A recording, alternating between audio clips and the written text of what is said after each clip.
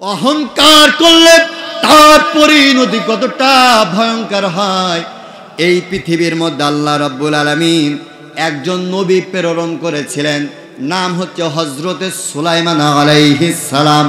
অহংকার করলে তার পরিণতি কতটা ভয়ঙ্কর হয় পয়গম্বর সুলাইমান নবীর জীবনী থেকে আপনাদের জানাতে চাই। ও ভাইরা আমার, সুলাইমান নবীর ক্ষমতা আল্লাহ পাক কি পরিমাণ ক্ষমতা দান করেছিলেন যদি আপনারা জানতে চান তাহলে কোরআনুল কারীমের 27 নম্বর সূরা নামলের 17 নম্বর আয়াত আপনাদের পড়তে হবে। আল্লাহ রাব্বুল আলামিন কোরআনুল কারীমের মধ্যে আয়াত নাযিল করে আপনাদেরকে সুলাইমান নবীর ক্ষমতা সম্পর্কে জানিয়ে দিয়েছে। আল্লাহ পাক বললেন, ওয়া হুশিরা লিসুলাইমান জুনুদুহু মিনাল জিন্নি ওয়াল ইনসি ওয়াত তায়র ফাহুম ইউজাউন।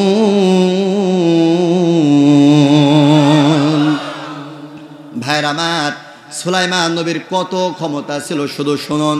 আমার দেশের যিনি প্রধানমন্ত্রী, ভারতের যিনি প্রধানমন্ত্রী, আমেরিকার যিনি প্রধানমন্ত্রী, সকল দেশের প্রধানমন্ত্রীদের বডিগার্ডের দায়িত্ব পালন করে একটা জাতি, সেটা হচ্ছে মানব জাতি। কিন্তু সুলাইমান নবী এত ক্ষমতার মালিক তিনি ছিলেন, তার বডিগার্ড একটা জাতি পালন করত না। সুলাইমান নবীর বডিগার্ডের দায়িত্ব পালন করত 3টা জাতি। জোরে বলেন কয়টা জাতি?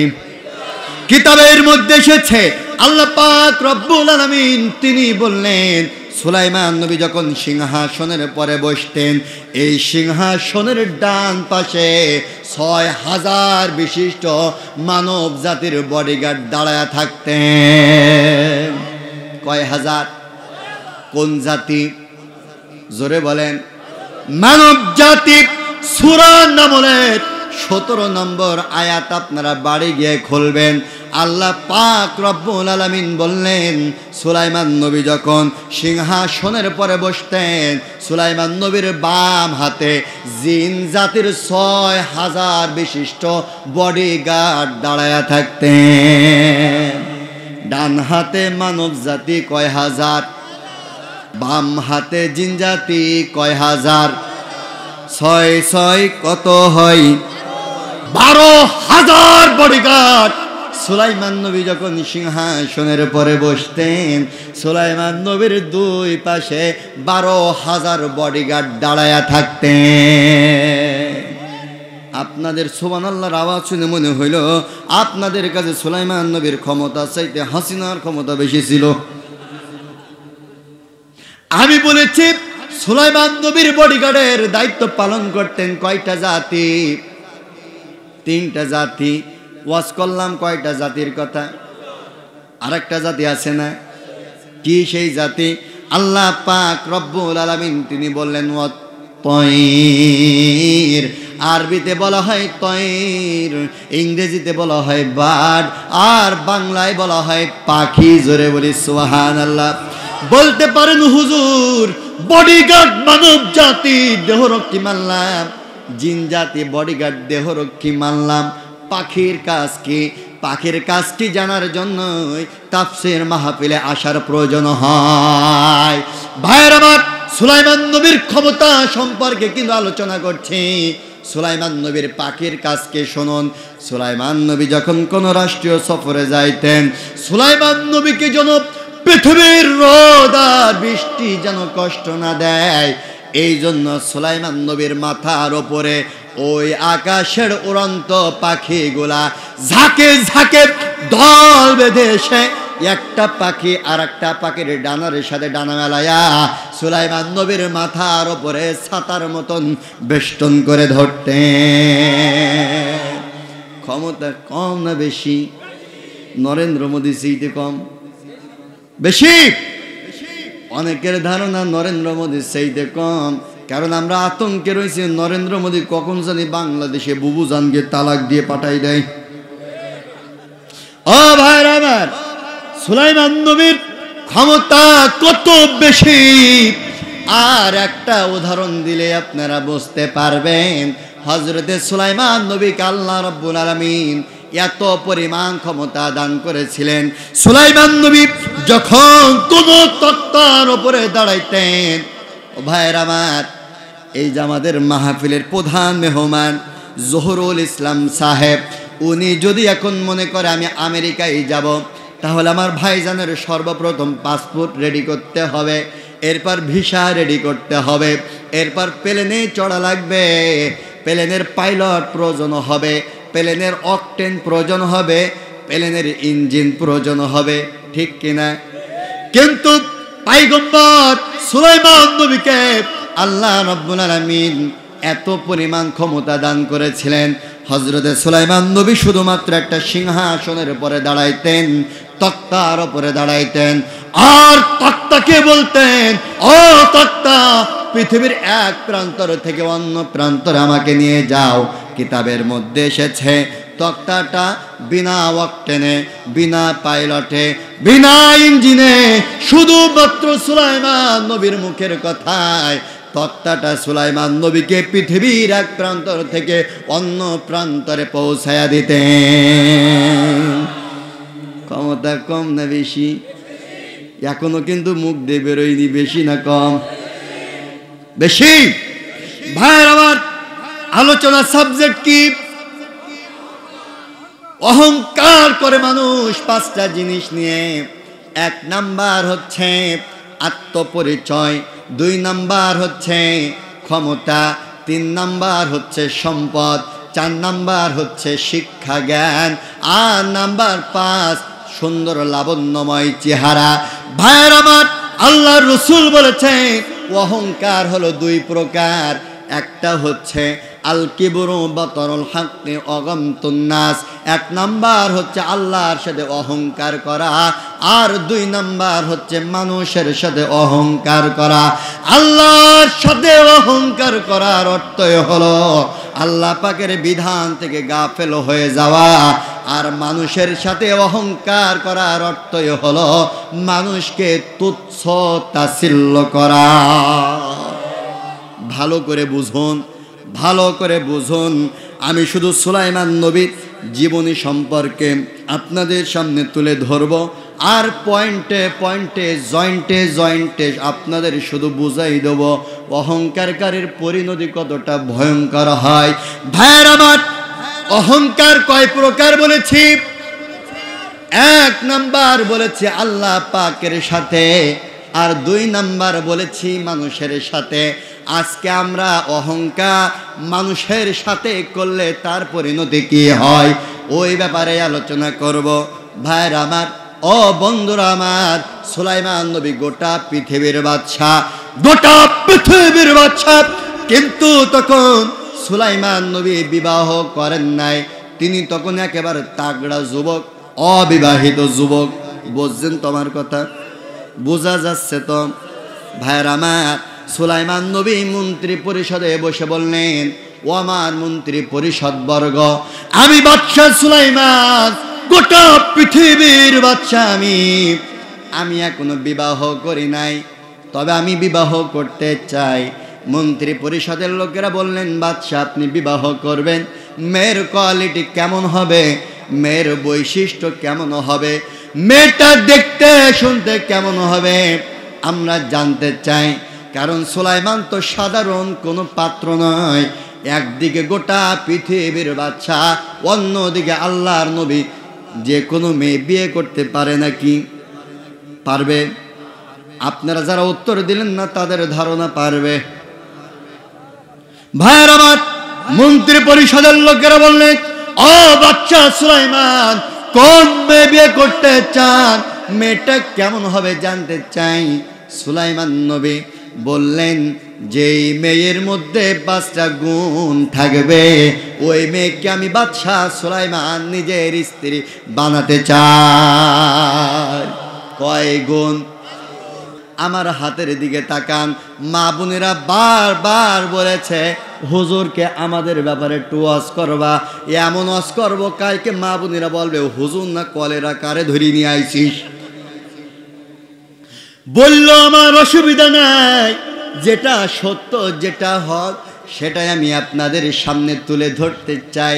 ভাইয়েরা আমার, বন্ধুরা আমার, সুলাইমান নবী বললেন যেই মেয়ের মধ্যে কয়টা গুণ থাকবে? 1 নাম্বার, মেয়েটা রূপবতী হতে হবে। 2 নাম্বার, মেয়েটা গুণবতী হতে হবে। 3 নাম্বার, মেয়েটা চরিত্রবান হতে হবে। নাম্বার 4, মেয়েটা পদ্মাশিলিনী হতে হবে। নাম্বার 5, মেয়েটা উচ্চ বংশীয় হতে হবে। আমার হাতের দিকে আবারও তাকান। সুলাইমান নবী বললেন যেই মেয়ের মধ্যে 5 গুণ থাকবে ওই মেয়েকে আমি বিয়ে করতে চাই।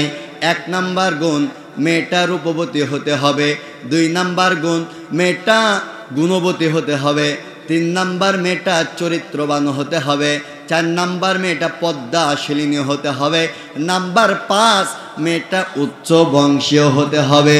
এমন মেয়ে মনে হয় এই পাতি বিলাপ গ্রামের ঘরে ঘরে রয়েছে। ভাইয়ের আমার, বন্ধুরা আমার, গোটা পৃথিবীর বাদশা সুলাইমান নবী বিয়ে করবেন। সংবাদটা শহর থেকে নগর, নগর থেকে গ্রাম, গোটা পৃথিবীর মধ্যে ছড়িয়ে গিয়েছে। গোটা পৃথিবীর বাদশা সুলাইমান বিয়ে করতে চায়। মেয়ের মধ্যে কয়টা গুণ থাকতে হবে? এমন গ্রামে পৌঁছা গেল, বেদে পল্লী, জেলে পল্লী, শহর থেকে নগর, নগর থেকে গ্রাম, গোটা পৃথিবীর মধ্যে প্রচার হয়ে গেল। গোটা পৃথিবীর বাচ্চা বিয়ে করবে। মেয়ের মধ্যে কয়টা গুণ থাকতে হবে? 5টা গুণ থাকতে হবে। ভাইয়ের আমার, ও বন্ধুরা আমার, এমন মেয়ে তো নাই, এমন মেয়ে তো নাই, পাওয়া যায় না। কিন্তু একটা গরিব জেলে, আজকের আলোচনা সাবজেক্ট কিন্তু অহংকার। চলুন আমরা কোন জায়গায় যাব, মনোযোগটা শুধু মাথার কাছে রাখবেন। ভাইয়ের আমার, বন্ধুরা আমার, হযরতে সুলাইমান নবী বিয়ে করবেন। পদ্মাশিলিনী মেয়ে পাওয়া যায় না, রূপবতী, গুণবতী, চরিত্রবান পদ্মাশিলিনী মেয়ে পাওয়া যায় না। সারা দিন মাছ ধরে একটা জেলে বাড়ির দিকে রওনা হয়েছে। রাস্তা প্রতি মধ্যে কানের মধ্যে সংবাদ আসলো, গোটা পৃথিবীর বাদশা সুলাইমান তিনি বিয়ে করবেন। মেয়ের মধ্যে 5টা গুণ থাকতে হবে। জেলেটা কাদের মধ্যে জাল নিয়ে রাস্তা দিয়ে হাঁটে আর মাথার মধ্যে চিন্তা করে। গরিব জেলেটা চিন্তা করে এই রূপবতী, গুণবতী, চরিত্রবান, পদ্মাশিলিনী আর উচ্চ বংশের মেয়ে সুলাইমান এমন মেয়ে পাবে কোথায়? হঠাৎ করে জেলের মাথার মধ্যে এসেছে এমন রূপবতী, গুণবতী, চরিত্রবান, পদ্মাশিলিনী মেয়ে। একটা মেয়ের সাথে সুলাইমান নবীর শর্তের 4টা গুণ মিলে যায়, একটা গুণ মেলে নাই, সেইটা হচ্ছে উচ্চ বংশ নয়। আর ওই মেয়েটাই হচ্ছে এই গরিব ঘরের জেলের কন্যা সন্তান। কিন্তু একদিকে গোটা পৃথিবীর বাদশা, অন্যদিকে সামান্য একটা জেলের মেয়ে। এটা কি কোনো দিন বিয়ে হওয়া সম্ভব? জোরে বলেন সম্ভব? ভাইয়ের আমার, বন্ধুরা আমার, এই জেলেটা বাড়িতে আসলেন, স্ত্রীকে ডাকলেন, প্রাণের স্ত্রী, গোটা পৃথিবীর বাদশা সুলাইমান তিনি বিয়ে করবেন। মেয়ের মধ্যে 5টা গুণ থাকতে হবে। আমার কলিজার টুকরা সন্তানের সাথে 4টে গুণ মিলে যায়, একটা গুণ মেলে নাই।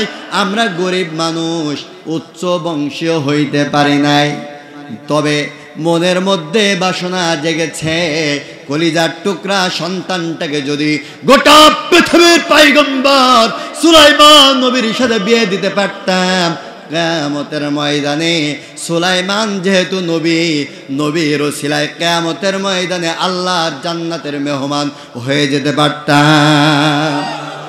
ভাইয়ের আমার, জেলেটা তার বউকে গিয়ে যখন বললেন গোটা পৃথিবীর বাদশার সাথে যদি মেয়ে দিতে পারতাম তাহলে আল্লাহর জান্নাতে চলে যেতে পারতাম। দেখবেন আমাদের কিছু কিছু ঘরের বউ খানে দরজাল মার্কা রইছে, ঠিক কিনা? দেখছেন? বলছে ঠিক, বলছে ঠিক। কার কার ঘরে এরম বউ আছে? হাত তোলেন।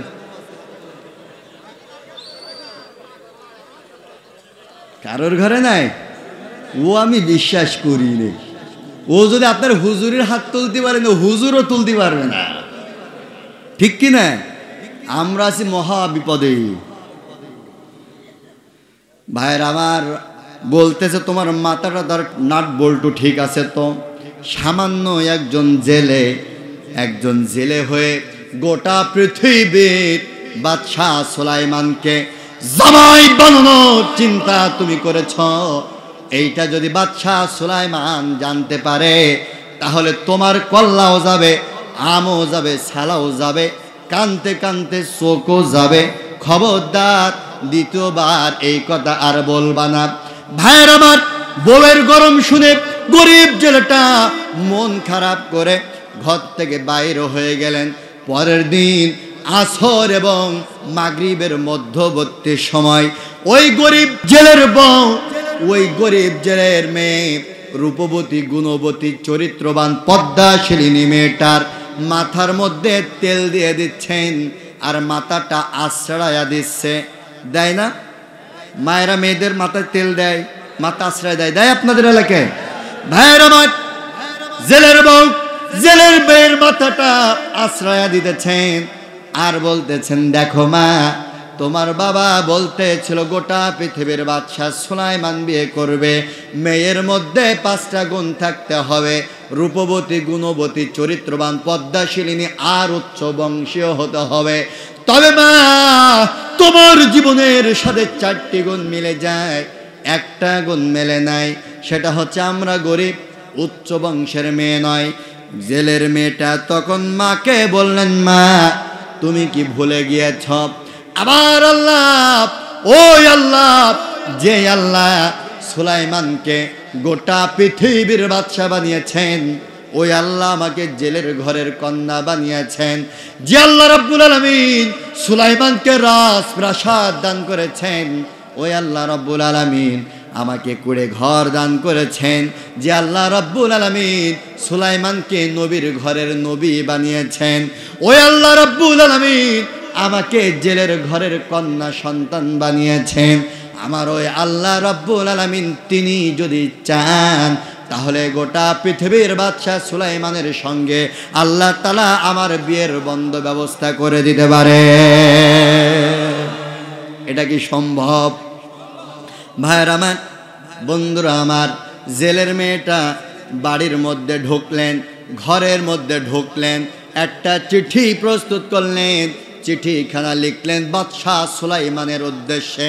লিখলেন, আসসালামু আলাইকুম, ও গোটা পৃথিবীর বাদশাহ সুলাইমান, আমি তোমার রাজ্যের একজন সামান্য গরিব ঘরের কন্যা সন্তান।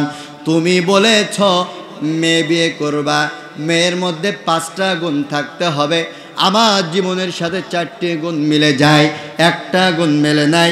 আমি গরিব ঘরের কন্যা সন্তান, তবে আমি কথা দিতেছি, আমি যদি তোমার স্ত্রী হতে পারি তাহলে তোমার সমস্ত শরীর যদি আয়ুব আলাইহিস সালামের মতন পা থেকে মাথা পর্যন্ত যদি পছন্দ ধরে যায়, পছন্দকৃত পোকাও যদি হয়ে যায়, আর আমি জেলের মেয়ে যদি তোমার স্ত্রী হতে পারি তাহলে তোমার পা থেকে মাথা পর্যন্ত শরীরের সকল পছন্দকৃত পোকাগুলা আমার মুখের আপন জিহ্বা দ্বারা পরিষ্কার করে দেব। এর বিনিময় হলেও আমি আপনার স্ত্রী হতে চাই। ইতি জেলের মেয়ে চিঠি লিখলেন, জেলের মেয়ে চিঠিখানা রাজপ্রাসাদে পৌঁছায় গেল। গোটা পৃথিবীর বাদশাহ সুলাইমান হাতের মধ্যে যখন চিঠি পাইলেন, চিঠিখানা সুলাইমান নবী পড়তেছে, ও আমার গোটা পৃথিবীর বাদশাহ সুলাইমান, তুমি বলেছ মেয়ে বিয়ে করবা, মেয়ের মধ্যে 5টা গুণ থাকতে হবে, আমার মধ্যে 4টি গুণ রয়েছে, একটা গুণ নাই, আমি গরিব ঘরের মেয়ে। তবে আমি যদি তোমার স্ত্রী হতে পারি, তোমার সমস্ত পা থেকে মাথা পর্যন্ত পছন্দকৃত পোকাগুলা পরিষ্কার করে দেব, বিনিময়ে আমি তোমার স্ত্রী হতে চাই। ইতি জেলের মেয়ে। সুলাইমান নবী চিঠিখানা পড়লেন, চিঠিখানা পড়ে হযরতে সুলাইমান নবী চিঠিখানা ছিঁড়ে ফেলে দিলেন। অহংকার হইছে কি হয় নাই? আল্লাহ পাক রব্বুল আলামিন বলেন, ও জিবরাইল, আর করো না দেরি, চলে যাও তাড়াতাড়ি। আমার বন্ধু সুলাইমান জেলের মেয়ে বলে তুচ্ছ করেছে, তাচ্ছিল্য করেছে। সুলাইমানের পছন্দ না পছন্দ থাকতেই পারে, তবে গরিব মেয়ে বলে ভৎসনা করে চিঠি ছিঁড়ে ফেলে দেওয়ার এখতিয়ার নবী হিসেবে সুলাইমানের মানাই না। আমি কিন্তু আগেই বলেছিলাম অহংকার কয় প্রকার। একটা হচ্ছে আল্লাহর সাথে অহংকার, 2 নাম্বার হচ্ছে মানুষের সাথে অহংকার। মানুষকে তুচ্ছ করা, তাচ্ছিল্য করা, ছোট করা, এর বাচ্চা তার বাচ্চা বলে গালি দেওয়ার অর্থই হলো মানুষের সাথে অহংকার করা। পয়গম্বর সুলাইমান নবী জেলের মেয়ে, গরিবের মেয়ে মনে করে তুচ্ছ করে যখন চিঠিখানা ছিঁড়ে ফেলে দিলেন, আল্লাহ পাক জিব্রাইলকে পাঠালেন। হযরতে জিব্রাইল আলাইহিস সালাম সুলাইমান নবীকে যখন বললেন, ও সুলাইমান, আল্লাহ পাক অসন্তুষ্ট হয়েছে, আল্লাহ পাক তোমাকে পরীক্ষা নিতে চায়। সুলাইমান নবী নিজের ভুল বুঝতে পারলেন। ভাইয়ের আমার, কিন্তু আল্লাহ পাক রব্বুল আলামিন সুলাইমান নবীকে বললেন, সুলাইমান, তোমাকে মাফ করলাম ঠিক, কিন্তু পরীক্ষার সম্মুখীন তোমার হওয়াই লাগবে, কোনো ছাড় নাই। ভাইয়ের আমার, লম্বা চওড়া আলোচনা আমি সংক্ষিপ্ত আকারে করার চেষ্টা করছি। ভাইয়ের আমার, বন্ধুরা আমার, সুলাইমান নবীর পরীক্ষা শুরু হয়ে গেল। অহংকার করলে তার পরিণতি কতটা ভয়ঙ্কর হয়, এবার হচ্ছে মূল আলোচনায় আমি ঢুকলাম। এত সময় জমির আইল বানলাম, এবার মূল আলোচনায় ঢুকলাম। ভাইয়ের আমার, বন্ধু আমার, সুলাইমান নবীকে আল্লাহ পাক রব্বুল আলামিন একটা মুজিজা দান করেছিলেন, আর ওই মুজিজাটা হচ্ছে একটা আংটি। জোরে বলেন নাম কি? জোর হলো না, নাম কি? আরো জোরে, নাম কি? এই আংটি কিন্তু সাধারণ আংটি ছিল না, এই আংটিটা ছিল জান্নাতি একটা আংটি। এই আংটি ছিল সুলাইমান নবীর মুজিজা। আংটি যতক্ষণ পর্যন্ত সুলাইমান নবীর হাতের মুঠার মধ্যে থাকবে, ততক্ষণ পর্যন্ত গোটা পৃথিবীর ক্ষমতা সুলাইমান নবীর হাতের মুঠায় থাকবে। আংটি যদি না থাকে, ক্ষমতার চেয়ার থাকবে। জোরে বলেন, থাকবে। ভাইয়ের আমার, বন্ধুরা আমার, হযরতে সুলাইমান নবীর পরীক্ষা শুরু হয়ে গেল। সুলাইমান নবী ছিলেন ন্যায়পরায়ণ বাদশাহ। তিনি যেমন মানুষের বাদশাহ, তিনি তেমন দানবের বাদশাহ, তিনি তেমন জিনিদের বাদশাহ। কিতাবের মধ্যে এসেছে, আহকামুল কুরআন লিল জাসসাস গ্রন্থের মধ্যে এসেছে, হযরতে সুলাইমান নবী মানব জাতি যখন দুষ্টামি করতেন, অন্যায় করতেন, সুলাইমান নবী মানব জাতিকে জেলখানার মধ্যে বন্দি করে রাখতেন। আর কোন জিন জাতি যখন অন্যায় করতেন, জিন জাতিকে ধরে সুলাইমান নবী সমুদ্রের অতল গহ্বরের মধ্যে নিক্ষেপ করে রাখতেন। ওই সমুদ্রের অতল গহ্বর থেকে একটা দুষ্ট জিন কেমনে কি করে ছাড়া পেয়ে গেল, সুলাইমান নবীর প্রতিশোধ নেবার জন্য রাজপ্রাসাদের চতুর্পাশে ঘরে। ভাইয়ের আমার, বন্ধুরা আমার, সুলাইমান নবীর হাতের মধ্যে রয়েছে কি? জোরে বলেন কি? ভাইয়ের আমার, কাম টু মাই পয়েন্ট। হযরতে সুলাইমান নবীর হাতের মধ্যে রয়েছে জান্নাতি আংটি। এই আংটি নিয়ে অপবিত্র জায়গায় যাওয়া যাইতো না। বাথরুম পবিত্র জায়গা নাকি অপবিত্র জায়গা? জোরে বলেন, অপবিত্র জায়গা। এই জান্নাতি আংটি পরে অপবিত্র বাথরুমের মধ্যে যাওয়া যাবে? সুলাইমান নবী আংটিখানা খুললেন, বিশ্বস্ত প্রহরীকে ডাকলেন, বিশ্বস্ত প্রহরীর হাতে আংটিখানা তুলে দিলেন, আর বললেন, ও বিশ্বস্ত প্রহরী, যতক্ষণ পর্যন্ত বাথরুম থেকে না আসব, ততক্ষণ পর্যন্ত আংটি যেন হাতছাড়া করবা না। কারণ আংটি যার কাছে, ক্ষমতা চেয়ার কার কাছে? বিশ্বস্ত প্রহরী বলতে আপনারা বোঝেন, যেরকম হাসিনার একজন বিশ্বস্ত প্রহরী ছিল, নাম ওবায়দুল কাদের। ভাইয়ের আমার, আলোচনা কিন্তু এখন শুরু করলাম। এখন কিন্তু কেবলে শুরু হইলো, দেখবেন পয়েন্টে পয়েন্টে জয়েন্টে জয়েন্টে ও পরিমণি সোনামণি সব কিছু চলে আসবে। শুধু আপনারা বুঝে নেবেন যে হুজুর কোন বলের মার কোন পাশে দিল। ভাইয়ের আমার, বন্ধুরা আমার, সুলাইমান নবী বিশ্বস্ত প্রহরীর কাছে আংটি দিল। আংটি কিন্তু যেন তেন আংটি না, ক্ষমতার চেয়ারটা হাতে দিয়ে বলল, এটা সংরক্ষণ করে রাখ, বাথরুম থেকে যতক্ষণ পর্যন্ত না আসব ততক্ষণ পর্যন্ত আংটি হাত ছাড়া করা যাবে। জোরে বলেন যাবে। ভাইয়ের আমার, বন্ধুরা আমার, সুলাইমান নবী বাথরুমের মধ্যে ঢুকলেন। ওই যে সেই দুষ্টু জিন সমুদ্রের অতল গহ্বর থেকে ছাড়া পেয়েছে। আপনারা জানেন জিনিরা বিভিন্ন প্রকার সূরা ধারণ করতে পারে, এটা তো আপনারা জানেন। জিন চিন্তা করল প্রতিশোধ নেওয়ার জন্য এটাই হচ্ছে উত্তম সময়।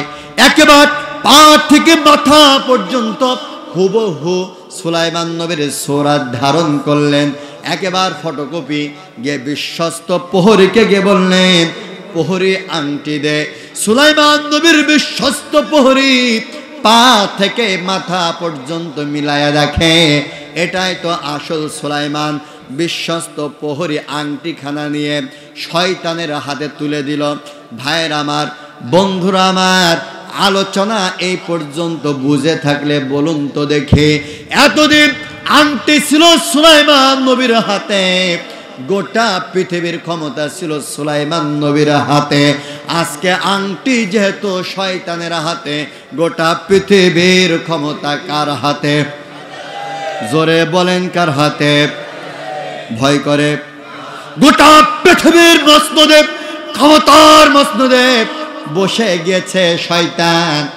শয়তান ক্ষমতার মসনদে বসে সর্বপ্রথম জাতির উদ্দেশ্যে ভাষণ দিচ্ছে। ও দেশের জনগণ, দিয়া শোনো মন, আমার দেশের মধ্যে একটা ডুপ্লিকেট সুলাইমান বাইর হইছে। ওরে তোমরা যেখানেই পাবা সেখানেই সাইজ করবা।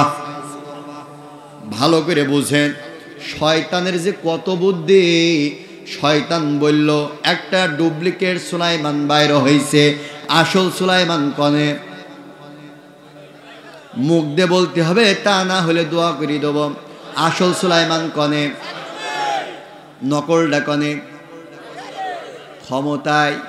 ভাইয়ের আবার, বন্ধুরা আবার, আসল সুলাইমান আলাইহিস সালাম বাথরুম থেকে বাহির হলেন। বিশ্বস্ত প্রহরীকে গিয়ে বলছে, প্রহরী আংটি দে। প্রহরী পা থেকে মাথা পর্যন্ত মিলায়ার বলে, একটু আগে বাদশাহ ঘোষণা দিয়েছে ডুপ্লিকেট সুলাইমান বাইর হইছে, পড়বে না পড়বে না, আমার সামনে আগে পড়েছে। বলছে আংটি নিতে চাও? কয় হ্যাঁ আংটি নিতে চাই। কয় আংটি যদি নিতে চাও সিংহাসনের দিকে তাকাও। ভাইয়েরা আমার, বন্ধুরা আমার, হযরতে সুলাইমান নবী সিংহাসনের দিকে তাকায় দেখছে একেবারে ফটোকপি ডুপ্লিকেট ভাই ক্ষমতায় বসে রয়েছে। সুলাইমান নবীকে শয়তান দেখলেন, আসল সুলাইমান বাইর হয়ে গেছে। শয়তান ক্ষমতার মসনদ থেকে বলছে, ও দেশের জনগণ, তোমাদেরকে না বলেছিলাম আমার দেশের মধ্যে ডুপ্লিকেট সুলাইমান বাইর হয়েছে? এই দেখো সেই ডুপ্লিকেট সুলাইমান। ভাইয়ের আমার, দেশের জনগণ, আসল সুলাইমানকে মারবার জন্য যারা যখন এগিয়ে আসা শুরু করলো, সামনের দিকে অগ্রসর হলো, সেদিন আসল সুলাইমান জাতির উদ্দেশ্যে একটা ভাষণ দিয়েছিলেন। জাতির উদ্দেশ্যে ভাষণ দিয়ে বলেছিলেন, ও আমার দেশের জনগণ, দিয়া শোনো মন, তোমরা আজকে সিদ্ধান্ত নিতে ভুল করো না। আমি হচ্ছি আসল সুলাইমান, সিংহাসনে বসে রয়েছে ডুপ্লিকেট সুলাইমান। তোমরা আজকে সিদ্ধান্ত নিতে ভুল করো না। আজকে যদি ডুপ্লিকেট দালাল সরকারকে ক্ষমতার মসনদে বসায়া আসল সরকারকে যদি আঘাত করো, তাহলে কান খাড়া করে শুনে রেখে দাও, এমন কালো গাঢ় আমাবর্ষার রাত আসবে যার সুবে সাদেক হওয়া অসম্ভব। এমন স্লোগানকে আপনারা ইতিপূর্বে শুনেছেন। আমার দেশের কোরআনের মুফাসসির আল্লামা দেলোয়ার হোসাইন সাইদি জাতির উদ্দেশ্যে বলেছিলেন, ও দেশের জনগণ, সিদ্ধান্ত নিতে ভুল করো না। এটা কিন্তু ভারতের দালাল সরকার, এটা কিন্তু 2 নাম্বার সরকার। একে যদি তোমরা ক্ষমতায় বসো তাহলে পূর্ব দিগন্তে এমন কালো গাঢ় বর্ষা রাত আসবে যার শুভেচ্ছা দেখাওয়া অসম্ভব। বাঙালি জাতি তখন বুঝতে পারে নাই, কিন্তু বিগত 17 বছর বাঙালি জাতি তিলে তিলে হাড়ে হাড়ে আল্লামা সাইদির কথাটা টের পেয়েছে। কিন্তু দুর্ভাগ্যজনক সত্য, ওরা আমার মুফাসসির আল্লামা সাইদিকে বাঙালি জাতির শ্রেষ্ঠ সন্তান, স্বাধীনতার 54 বছর। ও আমার চৌগাছাবাসী, আমি জানতে চাই, স্বাধীনতার 54 বছর পেরিয়ে গেছে, আর একটা সাইদির জন্ম বাংলা জমিনে হয়েছে নাকি? হয়েছে। আর একটা সাইদি জন্ম বাঙালি জাতি দিতে পারে নাই। অথচ ওই আল্লামা সাইদিকে ওরা কারাগারে বন্দি করেছে। আল্লামা সাইদিকে ধর্ষণের তকমা লাগিয়েছে। আল্লামা সাইদিকে ওরা সুগভীর ষড়যন্ত্রের মাধ্যমে হত্যা করেছে। কোন জাতির শ্রেষ্ঠ সন্তান, শ্রেষ্ঠ সন্তানকে তোমরা হত্যা করেছ, যেই সন্তানের কপালটা কাবার 4 দেয়ালের মধ্যে সেজদায় অবনত হয়েছে, যেই মুফাসসিরের কপাল ধরে কাবার ইমাম পর্যন্ত চুম্বন করেছে, যেই মুফাসসিরের কণ্ঠের তাফসীর শুনে গোটা পৃথিবীর পথহারা মুসলমানরা পথের দিশা পেয়েছে, যেই মুসলমান যেই মুফাসসিরের তাফসীর শুনে হাজার হাজার অমুসলিম কালেমা পড়ে, আল্লামা সাইদির হাতে হাত রেখে কালেমা পড়ে মুসলমান হয়েছে, তোমরা আল্লামা সাইদিকে হত্যা করেছ। কান খাড়া করে শুনে রাখো, ও চৌগাছাবাসী, আল্লামা সাইদিকে যারা হত্যা করেছে এই বাংলার জমিনে 16 কোটি মুসলমান, আজ হোক কাল হোক তাদের বিচার স্বাধীন বাংলার জমিনে উন্মুক্ত ময়দানে করেই ছাড়বে।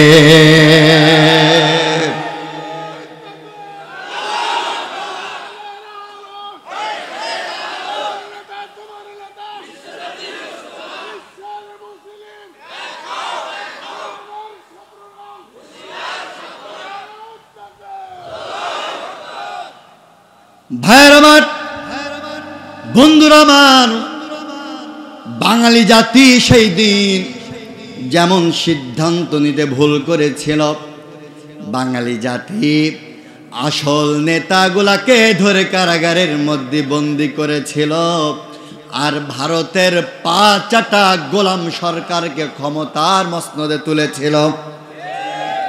সুলাইমান নবীর জাতির লোকেরা একই কাজ করলেন, ওরা ডুপ্লিকেট শয়তানকে ক্ষমতার মসনদে বসালেন, আর হযরতে সুলাইমান আলাইহিস সালামের উপরে ওরা আঘাত করলেন। ভাইয়ের আমার, কাম টু মাই পয়েন্ট, মজার আলোচনা।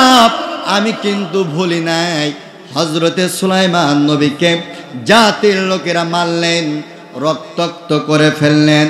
হযরতে সুলাইমান নবীকে জাতির লোকেরা মৃত ভেবে নদীর তীরে ফেলে আসলেন।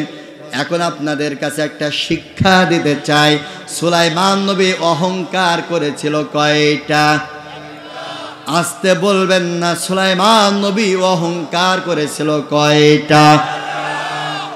একটা অহংকার করার অপরাধে আল্লাহ পাক রব্বুল আলামিন সুলাইমান নবীকে গোটা পৃথিবীর ক্ষমতা কেড়ে নিলেন।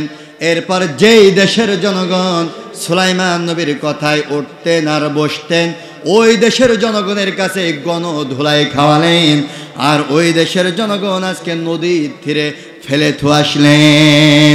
যে আল্লাহ এত ক্ষমতার মালিক, ওই আল্লাহ আজও বাংলার জমিনে আছে না নাই? জোরে বলেন, আছে না নাই? আমার দেশেও কিছু ক্ষমতা লোভী ছিল, আমার দেশেও কিছু ক্ষমতার অহংকারী ছিল। তারা রকমের অহংকার করেছিল, তারা আমাদেরকে দেখতে বলতো এইসব খেলা হবে। কথা বলেন না কে? বলতো এইসব খেলা হবে। ওবায়দুল কাদের বলতো খেলা হবে। ওর দেখে আমার শুধু মনে হইতো আল্লাহ এমন প্লেয়ার খেলা করতে ডাকছে যে নিজেই হাঁটতে পারে না। কথা বলেন না কে? কিন্তু আমার দেশে একটা কথা আছে, আমার আল্লাহ ধরে ধরে ধরে না, ধরলে পরে ছাড়ে না। এমন ধরা ধরেছে, পালানোর জন্য ৪৫ মিনিট সময় ওরা পায় না।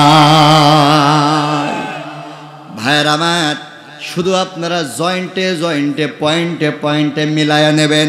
গোটা পৃথিবীর বাদশা সুলাইমান নবী একটা অহংকার করার অপরাধে আল্লাহ পাক রব্বুল আলামিন সুলাইমান নবীকে ক্ষমতাচ্যুত করলেন। সুলাইমান নবী নদীর তীরে পড়ে রয়েছে, সারা দিন মাছ ধরে একটা জেলে বাড়ির দিকে রওনা হয়েছে। মনে আছে কি জেলের কথা? আছে? জেলেটা বাড়ির দিকে রওনা হয়েছে, প্রতিমধ্যে দেখতেছে একটা যুবক রাস্তার মাঝখানে নদীর তীরে রক্তাক্ত অবস্থায় পড়ে রয়েছে। জেলের মনের মধ্যে মায়া উদয় হলো। জেলেটা গিয়ে সুলাইমান নবীর মুখের মধ্যে আসলি ভরে পানি তুললেন, মুখের মধ্যে পানি দিলেন। সুলাইমান নবী হুঁশ ফিরলেন। সুলাইমান আলাইহিস সালাম তিনি বললেন, সুলাইমান নবী যেই না হুঁশ ফিরেছে, জেলে সুলাইমান নবীকে বললেন, ও বাবা, তুমি এখানে রক্তাক্ত অবস্থায় পড়ে রয়েছ, তোমার নাম কি, পরিচয় কি, কোথা থেকে এসেছ? সুলাইমান নবী যেই না হুঁশ ফিরেছে, জেলে জিজ্ঞাসা করেছে তোমার নাম কি। এখন সুলাইমান নবী মনে মনে চিন্তা করে, এখন যদি আমি বলি আমি পয়গম্বর সুলাইমান, তাহলে জেলেও ধরে বাড়বে। কথা বলেন না কে? ভাইয়ের আমার, অহংকার করেছিল কয়টা? একটা অহংকার করার অপরাধে বাদশাহ সুলাইমান গোটা পৃথিবীর বাদশাহ আজকে নিজের পরিচয় দিতে পারে না। এবার আমার দেশের সাথে একটু মিলান, যারা বিগত ১৭ বছর অহংকার করেছিল ক্ষমতার মসনদে বসে, কত রকমের অহংকার। রাস্তার মাঝখান দিয়ে হেঁটে যেত, আমাদেরকে মানুষে মনে করতো না। বুকটার বোতাম খুলে পরিচয় দিত, আমি অমুক দলের আদর্শের সৈনিক, আমি অমুক দলের গর্বিত নেতা। কিন্তু ৫ই আগস্টের পর এমন পরিণতি ওদের হয়েছে, ওরাও কিন্তু আজকে নিজের পরিচয় দিতে পারে না।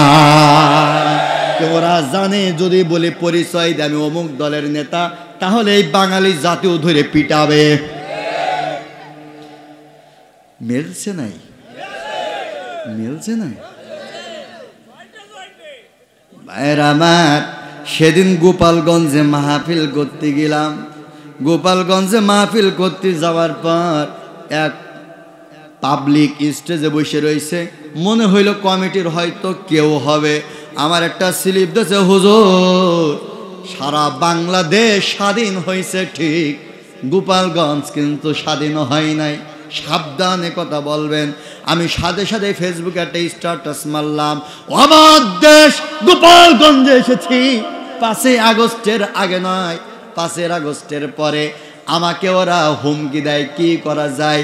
আমার একটা বন্ধু বক্তা আমার একটা গান লিখে পাঠাইছে, বলছে হুজুর আমি আপনাকে একটু অনুরোধ করি, স্টেজে উঠে ওরা যেহেতু হুমকি দিয়েছে এক লাইন গান শোনাই দেবেন। গানটা লিখেছে, বলবো নাকি? বলবো। গানটার প্রথম কলি হচ্ছে এমন, যার দেখবা পুঙালাল বুঝে নুবা ওডা হচ্ছে গোপালগঞ্জের মাল। ভাইয়ের আমার, বন্ধুরা আমার, কাম টু মাই পয়েন্ট। ভাইয়ের আমার, সুলাইমান নবী ছিল গোটা পৃথিবীর বাদশা। অহংকার করেছিল কয়টা? একটা অহংকার করার অপরাধে আজকে নিজের পরিচয়টা দিতে পারে না। গরিব জেলেটা বলতেছে, দেখো বাবা, তুমি অসুস্থ মানুষ, নিজের পরিচয় দিতে পারছো না, তবে তোমাকে একটা প্রস্তাব দিই, তোমাকে এইভাবে নদীর তীরে ফেলে থুয়ে যেতে পারি না। তোমার যদি কোনো আপত্তি না থাকে তাহলে তুমি আমার বাড়ির মেহমান হতে পারো। ভাইয়ের আমার, বন্ধুরা আমার, হযরতে সুলাইমান আলাইহিস সালাম তিনি জেলের বাড়ির মেহমান হয়ে যেতে রাজি হয়ে গেল। যাচ্ছে নাকি বাড়ির দিকে? যাচ্ছে। ভাইয়ের আমার, বন্ধুরা আমার, একদিন, 2 দিন, 3 দিন পার হয়ে গেল। আহকামুল কুরআন লিল জাসসাস গ্রন্থের মধ্যে এসেছে হযরতে সুলাইমান আলাইহিস সালাম 3 দিন জেলের বাড়িতে রইলেন। 3 দিন পর গরিব জেলেটা সুলাইমান নবীকে ডেকে বললেন, দেখো বাবা, ও বাবা, তুমি আমার বাড়িতে রয়েছ, আমি গরিব মানুষ, খেটে খাই, দিন মজুর মানুষ, তোমাকে গান্ডে গুন্ডে গিলানোর মতন অ্যাবিলিটি আমার নাই, তুমি আজকে আমার বাড়ি থেকে বিদায় নিতে পারো। তবে একটা কথা বলতে চাই, তুমি যেই দিন আমার বাড়িতে এসেছ সেই দিন থেকে নদীর মধ্যে যতবার আমি জাল নিক্ষেপ করেছি ততবার দেখেছি আমার জালের মধ্যে ডবল ডবল মাছ ধরা দিয়েছে। নবী তো বরকত একটা আছে না। জেলেটা বলছে, বাবা দেখো, তুমি আমার বাড়িতে এসেছ, এখনো পর্যন্ত তোমার পরিচয় কি জানতে পারি নাই, তোমার নাম কি জানতে পারি নাই, কোথা থেকে এসেছো তাও জানতে পারি নাই। তবে আমি তোমাকে জানাতে চাই, যদি তোমার বাড়ি ঘর না থাকে তাহলে আমি তোমাকে অফার দিচ্ছি, তুমি আমার বাড়ির কর্মচারীর দায়িত্ব পালন করতে পারো। ভালো করে বুঝবেন, ভালো করে বুঝুন। হযরতে সুলাইমান নবীকে কর্মচারীর অফার দেয়। হযরতে সুলাইমান আলাইহিস সালাম আকাশের দিকে তাকায়া মালিককে বললেন, ও মালিক, অহংকার করেছিলাম মাত্র একটা, আমাকে তুমি শাস্তি দিয়েছ কতগুলা। প্রথমেই তুমি গোটা পৃথিবীর ক্ষমতা আচ্যুত আমাকে করেছ। যেই দেশের জনগণ আমার কথায় উঠতো আর বসতো, ওই দেশের জনগণ আমাকে গণপিটানি দিয়েছে, নদীর তীরে ফেলে থুয়ে গেছে। ওখান থেকে তুমি আমাকে জেলের বাড়ির মেহমান বানাইছাও, আজকে তুমি আমাকে জেলের বাড়ির কর্মচারীর প্রস্তাব দিয়েছ। কিন্তু জেলের কড়া নির্দেশ বাবা, আমার বাড়ির কর্মচারী হতে যদি রাজি না হও, আজকেই তোমাকে বিদায় নিতে হবে। ফান্দে পড়িয়া বাবা কান্দে রে। সুলাইমান নবী চিন্তা করে, যদি বাইরে যায় আর জনগণ যদি আমার দেখতে পায় কি দেবে? মুখ দিয়ে বলতে হবে কি দেবে? ভাইয়ের আমার, আজকে কিন্তু সুলাইমান নবী ক্ষমতাচ্যুত হয়েছে আর জেলের বাড়ির মধ্যে আত্মগোপনে রইছে, রাস্তায় বের হয় না, পাবলিক দেখলে মার দেবে। আমার দেশে যারা বিগত দিন অহংকার করেছিল ওরাও আজকে আত্মগোপনে গেছে, ওরাও আজকে আর পাবলিকের সামনে আসে না, কারণ ওরা জানে বাঙালি জাতির সামনে গেলে বাঙালি জাতি দুধ ভাত দেবে না, বরং পেদানি দেবে। মিলছে ভাইয়ের আমার? কিন্তু ফান্দে পড়িয়া বাবা কান্দে রে। সুলাইমান নবী কর্মচারী হইতে রাজি হয়ে গেল। গোটা পৃথিবীর ক্ষমতার মালিক থেকে যে আল্লাহ রাব্বুল আলামিন সুলাইমান নবীকে কর্মচারীর আসনে নিয়ে চলে এসেছে, ওই আল্লাহ আজও আছে নাকি না? ভাইয়ের আমার, বন্ধুরা আমার, আহকামুল কুরআন লিল জাসসাস গ্রন্থের মধ্যে এসেছে হযরতে সুলাইমান নবী 1 বছর জেলের বাড়ির কর্মচারীর দায়িত্ব পালন করলেন। 1 বছর পর জেলেটা তার ওই বউয়ের কাছে গিয়ে বলছে, দেখো বউ, কোন বউ মনে আছে তো? ওই সেই খালেদার জাল বউ। বউয়ের কাছে জেলেটা গিয়ে বলতেছেন, প্রাণের স্ত্রী, আমি তোমাকে একটা প্রস্তাব দিতে চাই। কি প্রস্তাব? ঘরের মধ্যে মেয়ে রয়েছে, যুবতী, আমার মেয়ে বিয়ে দেওয়া দরকার। আমার বাড়ির যে কর্মচারীকে তোমার কেমন লাগে?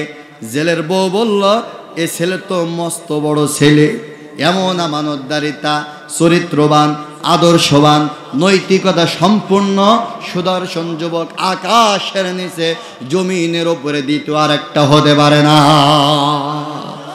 আজকে জেলের বউ দ্বিমত করে নাই, জেলের বউ রাজি হয়ে গেছে। জেলেটা বলতেছে দেখো তাহলে আগামীকাল যখন মাছ ধরতে বাইর হব তখন আমরা প্রস্তাব দিব। ঠিক আছে, যেই কথা সেই কাজ। পরের দিন সুলাইমান নবী আর জেলেটা বাইর হয়েছে মাছ ধরার জন্য। রাস্তার মধ্যে যখন বাহির হয়েছে, জেলেটা রাস্তার মাঝখান গিয়ে সুলাইমান নবীকে বলছে, বাবা তুমি এখানে দাঁড়াও, তোমার সাথে একটা কথা আছে। কি কথা? ও বাবা, তোমাকে আমি জানাতে চাই, বলো তো দেখি আমার বাড়ির ফ্যামিলি মেম্বার কয়জন? বলছে, চাচা আপনার বাড়ির ফ্যামিলি মেম্বার হচ্ছে 3 জন।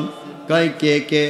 1 নাম্বার চাচা আপনি, 2 নাম্বার আমি, 3 নাম্বার আমার চাচি। জেলে মনে মনে কয়, এ তো দেখছিস প্রথমেই মেয়েকে সিরিয়াল থেকে বাদ দিয়ে দিয়েছে। বলতেছে, বাবা আমার বাড়ির ফ্যামিলি মেম্বার কিন্তু 3 জন নয়, আমার বাড়ির ফ্যামিলি মেম্বার হচ্ছে 4 জন। 1 জন হচ্ছে তুমি, 2 নাম্বার আমি, 3 নাম্বার তোমার চাচি, 4 নাম্বার আমার বাড়ির 20 বছরের যুবতী একটা কন্যা সন্তান রয়েছে। সুলাইমান নবী মনে মনে চিন্তা করে, এর বাড়ি 20 বছরের যুবতী মেয়ে রয়েছে, 1 বছর কর্মচারীর দায়িত্ব পালন করলাম, মেয়ে দেখা তো দূরে থাক, আজও পর্যন্ত মেয়ের জামা কাপড় পর্যন্ত দেখি নাই। এমন মেয়ে মনে হয় আপনাদের এই পাতিবিলা গ্রামের ঘরে ঘরে রয়েছে। ও ভাইয়ের আমার সমাজে পর্দা নাই, পর্দা আজকে বিলীন হতে চলেছে। আপনারা বলতে পারেন, হুজুর আমার গ্রামে পর্দা রয়েছে। কোন পর্দা? আমার দেশের পর্দা রয়েছে। আমার গ্রামের মেয়েরা বোরকা পরে, আমার মেয়েরা কিন্তু 3 পিস পরে। চলুন তাহলে মা বোনদের ব্যাপারে ছোট্ট একটা কথা বলে দিই। কোন পর্দা? আমার মা হাওয়া আলাইহিস সালাম, আমার বাবা আদম আলাইহিস সালাম। ভাইয়ের আমার, জান্নাতের মধ্যে যখন নিষিদ্ধ ফল খেয়ে ফেললেন, আমার মা হাওয়া আলাইহিস সালামের শরীর থেকে জান্নাতি পোশাকগুলা খুলে পড়ে গেল, আমার মা উলঙ্গ হয়ে গেল। আমার বাবা আদম আলাইহিস সালাম জান্নাতের মধ্যে নিষিদ্ধ ফল যখন খেয়েছে, সাথে সাথে উলঙ্গ হয়ে গেল। আমার মা হাওয়া আলাইহিস সালাম জান্নাতের মধ্যে যখন উলঙ্গ হয়ে গেল, একটা গাছের থেকে বড় বড় 5টা পাতা ছিঁড়লেন, নিজের লজ্জা স্থানকে আবৃত করলেন। কয়টা পাতা দিয়ে? জোরে বলেন কয়টা? 5টা পাতা দিয়ে আমার মা হাওয়া আলাইহিস সালাম নিজের লজ্জা স্থানকে আবৃত করেছিলেন। এই জন্য নারী জাতি যখন মারা যায়, নারী জাতির কাপনের কাপড় কয় পিস হয়? তথ্যগুলো মনে রাখবেন, তথ্যগুলো মনে রাখবেন।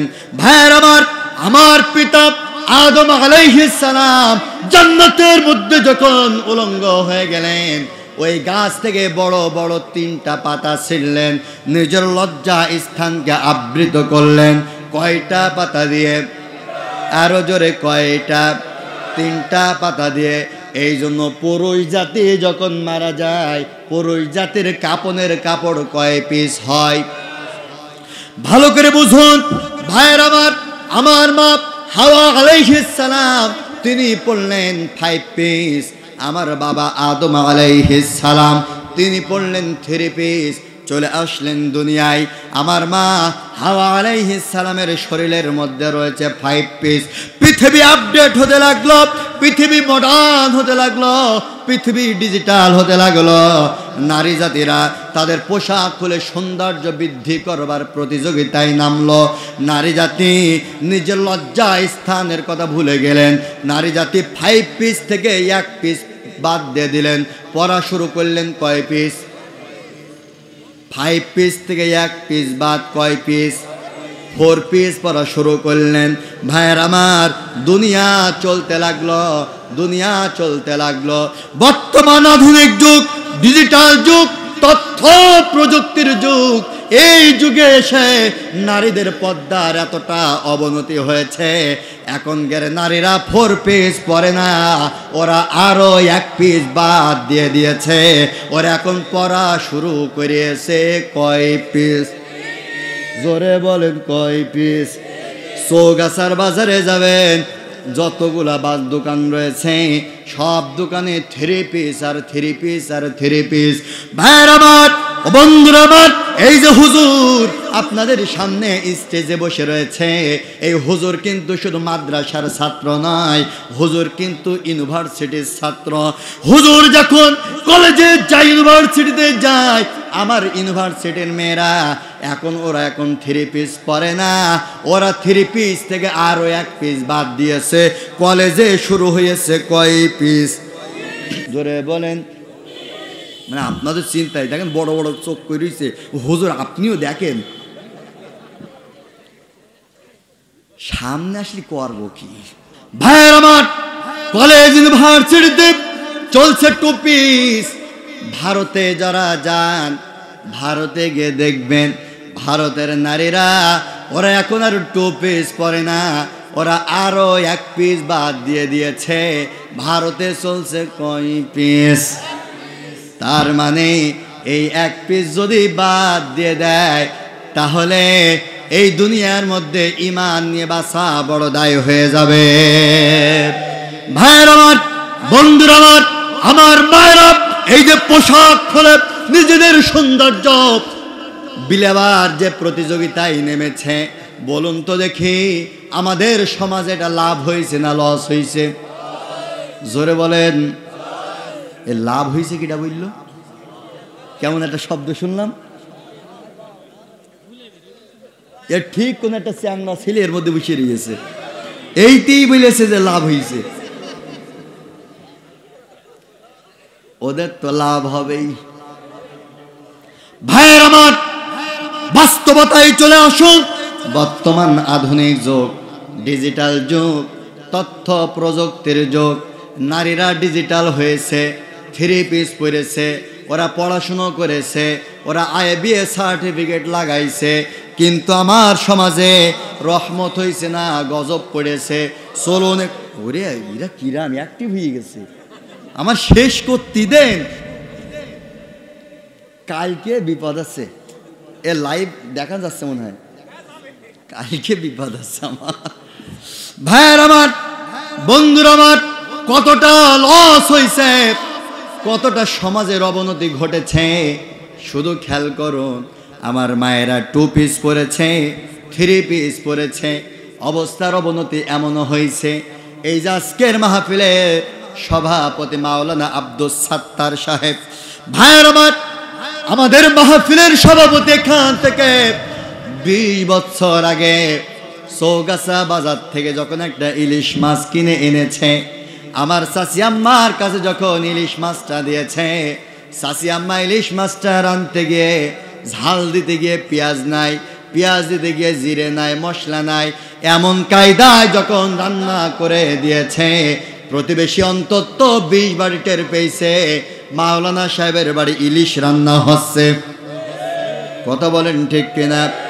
ভাইয়ের আমার, আর বর্তমান আধুনিক যুগ, ডিজিটাল যুগ, তথ্য প্রযুক্তির যুগ, এই যুগের নারীরা 3 পিস পরা বউ আমার, 2 পিস পরা বউ আমার, ডিজিটাল বউ আমার, জিন্সের প্যান্ট পরা বউ আমার, বউয়ের কাছে ওই একই চৌগাছা বাজার থেকে যখন ইলিশ মাছটা এনে হাতে তুলে দেই, বউ আমার 3 তলা বাড়ির ওপরে গ্যাসের চুলার উপরে বসায়ে ইউটিউব দেখে দেখে বাহারি কায়দার মশলা দিয়ে ইলিশ মাছটা যখন সামনে দেয়, নাকের কাছে নিয়ে শোকা লাগে, এটা আসলে ইলিশ নাকি সিলভার কাপ? ঠিক কিনা? স্বাদ আছে? আছে নাই? তার কারণ হলো নারী জাতি তার শরীর থেকে পর্দা তুলে দিয়েছে, যার কারণে আল্লাহ রাব্বুল আলামিন ওই বেপর্দা নারীর হাত থেকে খাবারের স্বাদটাও তুলে নিয়েছে। এখন মা বোনেরা হয়তো বলতে পারে, এখানে সামনে থাকনি বলতো, হুজুর আপনি ওটা নদীর দই, ওটা নারীর দই দিলেন, ওটা আসলে নারীর দোষ না, ওটা নদীর দোষ বলতে পারে। চলুন মা বোনদের মনের এই আকতে মিনতি আমি বুঝতে পারি, কারণ ওদের যেহেতু গাচ্ছি। চলুন এবার নদীর দোষ নাকি নারীর দোষ আর একটা উদাহরণ আপনাদেরকে দিতে চাই। এখান থেকে 20 বছরের যুবক, যারা 20 বছরের ওপরে বয়স, একজন হাত তুলে বলেন তো দেখি, হুজুর আমি সিজারে হইলাম। আছেন কেউ? 20 বছর আগে সিজারে হয়েছেন কেউ আছেন? মায়ের আমার, আর 20 বছর পর বর্তমান সময় সিজার ছাড়া সন্তান হয় নাকি? ভাইয়ের আমার, সিজার ছাড়া সন্তান হয় না। চিন্তা করলাম ও মালিক, কারণ কি সিজার ছাড়া সন্তান হয় না কেন? কারণ কি? কারণ আমার সামনে স্পষ্ট হয়ে গেল, আমার দেশের মধ্যে একটা আইন রয়েছে। আইনটা হচ্ছে বাল্য বিবাহ হারাম। কথা বলেন না কেন? বাল্য বিবাহ হারাম, বাল্য বিবাহ দেওয়া যাবে না। যেই ঘরের মেয়ে বাল্য বিবাহ দেবে, ওই বাপের নামে, মেয়ের বাপের নামে মামলা হবে। যেই ছেলে বিয়ে দেবে, ছেলের বাপের নামে মামলা হবে। যেই হুজুর বিয়ে পড়াবে, ওই হুজুরের নামে মামলা হবে। যেই কাজী বিয়ে পড়াবে, ওই কাজীর নামে মামলা হবে। আইন আছে না নাই? ভাইরা চিন্তা করেন, বিশ্বাস করেন, এই বাল্য বিবাহ আইন পাশ হয়েছে, আমার কোনো আপত্তি নাই। আমার আপত্তি হলো ওই জায়গায় বৈধ বিবাহ তোমরা আইন পাশ করে বন্ধ করেছ, ঠিক, বাল্য বিবাহ বন্ধ করেছ, আমার আপত্তি নাই। কিন্তু আমার আপত্তি ওই জায়গায়, আমার দেশের মধ্যে বাল্য প্রেম চলে, ওই জায়গায় কেন তোমার আইন কাজ করে না? ওই জায়গায় কেন আইন কাজ করে না? আমি চিন্তা করলাম, আমার দেশের এত কিছু থাকা সত্ত্বেও ওরা কেন বাল্য বিবাহর পেছনে লাগলো? আমার ইউনিভার্সিটির এক বন্ধু কেন মেরি বলছে, শোয়েব বাল্য বিবাহ হারাম তো হাসিনা করবেই, কারণ হাসিনা এমন একজন ব্যক্তি যার জীবনে কোনোদিন স্বামীর প্রয়োজন হয় না। ভাইয়ের আমার, বন্ধুরা আমার, বাল্য বিবাহ আমার দেশে বন্ধ করা হয়েছে। চলুন তো দেখি, একটু দেখে নেই আমার দেশে বাল্য বিবাহ বন্ধ করাতে লাভ হয়েছে নাকি লস হয়েছে। চলুন একটু মিলাই দেখি। আমার দেশে আগেকার সময় আমার দাদিদের, আমার নানিদের বিবাহ হয়েছে 10 বছরে, 12 বছরে। আমার দাদিরা সন্তান জন্ম দিয়েছে 10টা, 12টা, 8টা। আমার নিজের দাদি সন্তান জন্ম দিয়েছে 14টা। একটা সন্তানের বেলায় সেজার লাগে নাই। কিন্তু বর্তমান আধুনিক যুগ, ডিজিটাল যুগ, তথ্য প্রযুক্তির যুগ, বাল্য বিবাহ হারাম করেছে। ঠিক আছে, মেয়ের বয়স হয়ে গেছে 20 বছর, 22 বছর। মেয়ের এখন কলেজ ইউনিভার্সিটির মাস্টার শেষ হয়ে গেছে। এখন চিন্তা করলো মেয়ে বিয়ে দেওয়া যাক। মেয়ে বিয়ে দেওয়া হলো, পাকা পুক্ত করে মেয়ে বিয়ে দিল। স্বামীর ঘরে গিয়ে ডিজিটাল বউ আমার, 2 পিস পরা বউ আমার, 3 পিস পরা বউ আমার, পাকা পুক্ত করে বিয়ে দিয়েছে। বউ আমার এখন স্বামীকে বলে, দেখো স্বামী, বিয়ে তো হয়েছে সবে মাত্র, এখন কিন্তু কোনো সন্তান হবে না, এখন হবে শুধু হানিমুন। ঠিক আছে, হানিমুন 1 বছর, 2 বছর, 3 বছর পরে সিদ্ধান্ত নেয় এখন একটা সন্তান নেওয়া দরকার। কিন্তু যখন সন্তান নেওয়ার সিদ্ধান্ত নেয়, এখন আর সন্তান হয়, কথা বলেন না কে? এখন আর সন্তান হয় না। তখন কি করে? বহু অঞ্চলে যখন যায়, পানি নিয়ে আসে, হুজুর একটু পানি পড়া দেন, কি সমস্যা? হুজুর ছেলে মেয়ে হচ্ছে না, হুজুরের পানি পড়া, এরপরে কবিরাজের পানি পড়া, এরপরে চলে যাই চৌগাছা কমপ্লেক্সে। হসপিটালে গিয়ে ডাক্তারের কাজ হয় না, ডাক্তারের কাছ থেকে পরামর্শ নিয়ে চলে যায় যশোর 250 বেডে, ওখানেও কাজ হয় না। চলে যায় ঢাকাতে, কাজ হয় না। এমন অনেক পাবলিক আমি দেখেছি, সামান্য সন্তানের আশায় ওরা ভারত পর্যন্ত ট্রিটমেন্ট নিতে যায়। ভাইয়ের আমার, শুধু বাস্তবতার সাথে মিলাবেন। সন্তান হয় না, বহু কষ্টের পর ডাক্তারের ফু আর হুজুরের ফু, কবিরাজের ফুর পর একটা বাচ্চা কোনো রকম গর্ভে যেই গিয়েছে, ডাক্তার বলে খবরদার সম্পূর্ণ বেড রেস্টে থাকবি, খাটের থেকে নামবি নে, আর মাসে মাসে চেক আপ করবি। ডাক্তারের কাছে মাসে মাসে যখন চেক আপ করতে যায়, ডাক্তার আলট্রাসাউন্ড করে বলে পজিশন কিন্তু ভালো নাই, সাবধানে থাকবি। 3 মাস পরে যায়, কয়ের মাথা থাকার কথা নিচের দিকে, পা থাকার কথা ওপরের দিকে, কিন্তু এ তো রয়েছে উল্টো দিকে। যেই না 6 মাস পার হয়ে যায়, ডাক্তার বলে পজিশন কিন্তু ভালো না, পানি কিন্তু গর্ভের মধ্যে শুকায়া যাচ্ছে। 7 মাসের মাথায় যেই না ডাক্তারের কাছে যায়, ডাক্তার এখন বাবাকে আর স্বামীকে আলাদা ডেকে বলে, দেখো তোমার মেয়ের গর্ভের সন্তানের পজিশন কিন্তু ভালো না, তোমরা ফল বাঁচাবা নাকি গাছ বাঁচাবা? বলে কি বলে না? আমার প্রশ্ন, তোরা তো ডিজিটাল বউ, তোরা তো আধুনিক বউ, তোদের প্রশ্ন কেন গাছ বাঁচাবা নাকি ফল বাঁচাবা এমন আসবে? কারণ তোর দেশের সরকার তো তোকে পাকা পুক্ত করে বিয়ে দিচ্ছে। আমার আনস্মার্ট দাদি, আমার আনস্মার্ট দাদি, তারা যদি ওই বাল্য বিবাহ হওয়ার পর 10টা 15টা করে বিনা সিজারে সন্তান জন্ম দিতে পারে, তোরা তো ডিজিটাল, তোদের তো 20টা দেওয়ার কথা ছিল, তোরা একটা তাই দিতে পারিস না, একটা তাই সিজার করে বের করা লাগে। তার মানে হলো মানব রচিত এই বাল্য বিবাহ আইনের মুখে আমরা লাথি মেরে দেই, যে আইন বাংলা জমিনের জেনা বেবিচার বৃদ্ধি করে দিয়েছে। আর বাবু ভাইয়ের আমার, কাম টু মাই পয়েন্ট, মজার আলোচনা ভুলি নাই।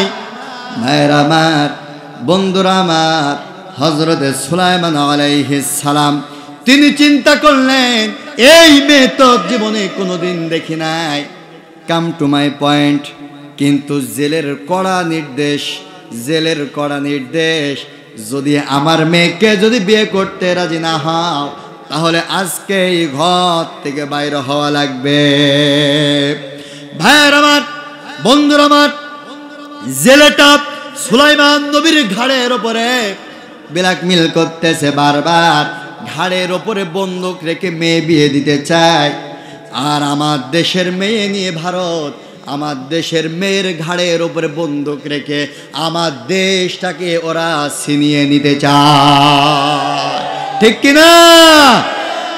সুলাইমান নবীর ঘাড়ে বন্দুক রেখে জেলে তার মেয়ে বিয়ে দিতে চেয়েছিল, আর আমার দেশের মেয়ে নিয়ে মোদি সরকার তার ঘাড়ে বন্দুক রেখে আমার দেশটাকে নিতে চায়। বারবার অরাজকতা তৈরি করে দিচ্ছে, বারবার অরাজকতা তৈরি করছে। আমরা ভারত সরকারকে বলে দিতে চাই, তুমি যেই চিন্তা করেছ আমার মেয়েকে নিয়ে, তুমি মনে করছো শ্বশুর বাড়ি যৌতুক চাবা, তার বাড়ি আর ভিটে মাটি অর্থাৎ আমার দেশ, তুমি ভালো করে কান খাড়া করে শুনে রাখো দুলা ভাই, আমরা অতটা ভালো শালা সুমন্দি না যে মেয়ে দিয়েছি বলে ভিটে জমি তোমার দিয়ে দেবো। অত ভালো শালা সুমন্দি আমরা না। মেয়ে নিয়েছো, দোয়া করে দিলাম, সুখে শান্তিতে খাও, কিন্তু আমার দেশের দিকে যেই চোখ তাকাবে, ওই চোখ 16 কোটি মুসলমান ঐক্যবদ্ধভাবে তুলে টান দিয়ে ছিঁড়ে ফেলে দিবে। এটা মুসলমানের দেশ, এটা শাহজালালের দেশ, এটা শাহপরানের দেশ, এটা শাহ মাকদুমের দেশ, এটা আল্লাহবাদ সাইদির দেশ। এই দেশের দিকে নজর দেওয়া যাবে না। আমরা অতটা ভালো শালা সুমন্দি না যে আমার দেশ তোমার হাতে তুলে দেবো। মেয়ে যদি ভালো না লাগে তুলে দাও আমাদের হাতে, কিভাবে সাইজ করতে হয় আমরা করবানি, ঠিক কিনা? আবার আমাদের মেয়ে মনে হয় জুলুম নির্যাতনের শিকার, বারবার বলছে আমি শর্ট করে ঢুকবো, কাছে আমি শর্ট করে বাপের বাড়ি আসবো। আমরা বলছি না মা তুই সংসার কর, তো শর্ট করে আত্মীয় বলছেন না আমি শর্ট করে ঢুকবো। আল্লামা মামুনুল হক সাহেবের আপনারা নাম শুনেছেন, তিনি সুন্দর একটা কথা বলেছেন। তিনি বলেছেন, বুবুজান তুমি যেখানে আছো সেখানেই ভালো আছো, এদিকে চট করে আসার চিন্তা তোমার করতে হবে না, সময় হইলে আমরাই তোমাকে ধরে নিয়ে আসব। কারণ তুমি সেই প্লেয়ার, যেই প্লেয়ার আমার দেশের তাজা তাজা যুবকদের লাশ রাজপথে ফেলে থুয়ে গেছ। কথা বলুন ঠিক কিনা মুসলমান? তুমি সেই প্লেয়ার, যেই প্লেয়ার আমার দেশের রিজার্ভ ফান্ড চুরি করেছ। তুমি সেই প্লেয়ার, যেই প্লেয়ার আমার দেশটাকে চুষে একেবারে শুষে ফেলেছ। তুমি সেই প্লেয়ার, যেই প্লেয়ার আমার দেশের মায়ের বুক থেকে সন্তান তুলে নিয়ে হত্যা করেছ। তুমি সেই প্লেয়ার, যেই প্লেয়ার ইসলামিক আন্দোলনের নেতা কর্মীদেরকে শুধু তুমি মামলা হামলা দিয়ে ক্ষান্ত হও নাই, বরং মতিউর রহমান নিজামীর মতন যোগ শ্রেষ্ঠ আলেমকে তুমি ফাঁসির মঞ্চে ঝুলিয়ে শহীদ করে দিয়েছ। তুমি সেই প্লেয়ার, যেই প্লেয়ার আলী হাসান মুজাহিদকে শহীদ করেছ। তুমি সেই প্লেয়ার মীর কাসেমকে তুমি শহীদ করেছ। তুমি সেই প্লেয়ার, তুমি কাদের মোল্লাকে শহীদ করেছ। তুমি আল্লামা সাঈদীকে হত্যা করেছ। এই দেশ তোমাকে আর চাই না, দেশ তোমাকে ফাঁসির মঞ্চে ঝুলিয়ে ছাড়বে। তোমাকে এই দেশ আর চাই না। ভাইয়ের আমার, বন্ধুরা আমার, কাম টু মাই পয়েন্ট। মজার আলোচনা। হযরতে সুলাইমান আলাইহিস সালাম পড়লেন বেকায়দায়, কারণ সুলাইমান নবীর ঘাড়ের ওপর এখন মেয়ে দিতে চাই। সুলাইমান নবী আকাশের দিকে তাকায়া আল্লাহ রব্বুল আলামিনকে বলছে, মালিক ছিলাম গোটা পৃথিবীর বাদশা, অহংকার করেছিলাম মাত্র কয়টা? একটা অহংকার করার অপরাধে আমাকে তুমি ক্ষমতাচ্যুত করেছ। দেশের জনগণের কাছে গণপিটানি খাওয়াইছ। আমাকে নদীর তীরে ফেলে থুয়ে গেছে। ওখান থেকে জেলের বাড়ির মেহমান বানাইছাও, ওখান থেকে জেলের বাড়ির কর্মচারী বানাইছাও। ও আল্লাহ, এখন তুমি আমাকে জেলের বাড়ির ঘর জামাই বানাতে চাও। সব কিছু যিনি পারেন, জবান ছেড়ে বলুন তো তিনি কে? ভাইয়ের আমার, বন্ধুরা আমার, আল্লাহ পাকের কাছে এখন দোয়া করছে, আল্লাহ বিয়ে করব কি করব না সিদ্ধান্ত তুমি দাও। সিদ্ধান্ত দেবে কে? আরো জোরে কে? সিদ্ধান্ত আল্লাহ পাক আরশে আজিম থেকে পাঠাতে লাগুক, জিব্রাইল আসতে লাগুক, আমরা একটু রাজ্যের দিকে যাই। ক্ষমতার মসনদে বসে রয়েছে কে? আল্লাহ। আমি কি তোমার আল্লাহর গল্প বলছি? আমি তোমার রাজ্যের গল্প শুনছি। ওইদিকে ক্ষমতার মসনদে শয়তান বসে রয়েছে। সে যে কি খেল খেলছে জানার দরকার আছে না নাই? ভাইয়ের আমার, রাজ্যে ক্ষমতার মসনদে বসে গেছে শয়তান। 2 নম্বর সরকার। 2 নম্বর সরকার যখন ক্ষমতার মসনদে বসে যায়, ওই দেশের মধ্যে কিছু অরাজকতা তৈরি হয়ে যায়।